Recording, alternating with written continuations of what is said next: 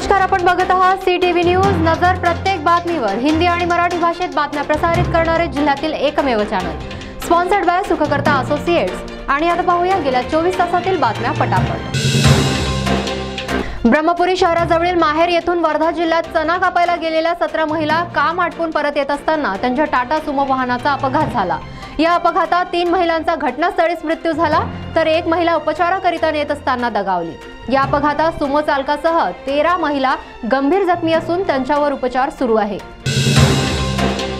सध्याच्या जीवनशैलीत अनेक विद्यार्थी रात्री उशिरापर्यंत जागतात. पर्यायाने त्यांची झोप होत नाही आणि सकाळी लवकर शाळेत जावे लागते. याकरिता राज्य शासनाने परिपत्रक काढले असून राज्यातील सर्व माध्यमांच्या व सर्व व्यवस्थापनांच्या शाळा पूर्व प्राथमिक ते इयत्ता 4थी पर्यंतचे वर्ग सकाळी 9 किंवा 9 नंतर भरविण्याचा निर्णय घेतला आहे.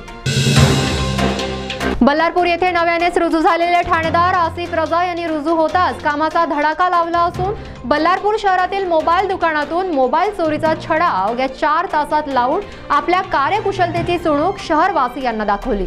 या घटनेत त्यांनी एका अल्पवयीन आरोपीला गजाआड केले.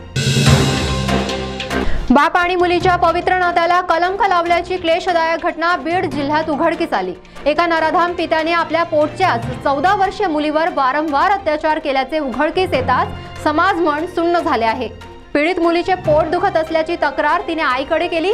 दवाखान्यात नेले असता ती गर्भवती असल्याचे कळताच आईच्या पायाखालील जमीन सरकली आणि हा प्रकार लक्षात आला. तहसील कार्यालयातून चक्क EVM मशीन चोरी गेल्याने एकच खळबळ उडाली आहे. विशेष म्हणजे शनिवार आणि रविवार कार्यालयाला सुट्टी असताना ही घटना घडली.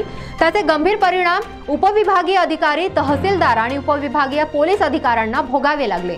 या तिघांनाही निवडणूक आयोगाने निलंबित केले असून ही घटना पुणे शहरात घडली आहे.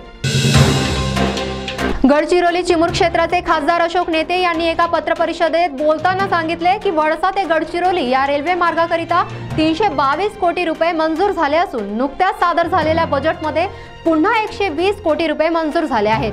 त्यातल्या त्यात राज्य सरकारही 50% वाटा उचलत आहे. त्यामुळे आता या रेल्वे मार्गाच्या निर्माणाला गती मिळणार असल्याचेही त्यांनी सांगितले.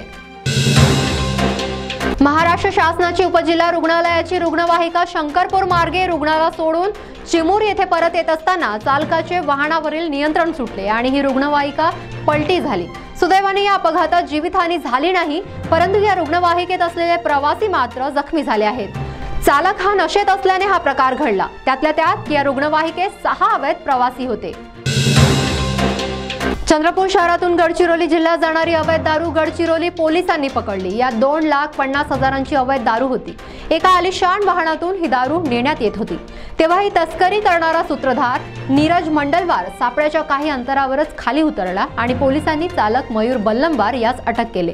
मात्र खरा सूत्रधार पहिलेच वाहनातून उतरला कसा, त्याला पूर्वसूचना कोणी दिली, हा प्रश्न मात्र अनुत्तरित आहे.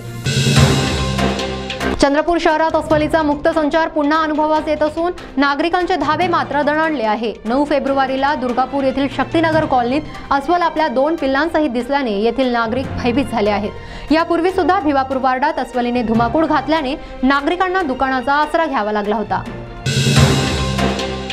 तर या होत्या आजच्या पटापट बातम्या. लवकरच भेटूया पुन्हा काही नव्या बातम्यांसह. तोपर्यंत अशाच बातम्यांचे अपडेट पाहण्यासाठी बघत रहा CTV न्यूज. नजर प्रत्येक बातमीवर. नमस्कार.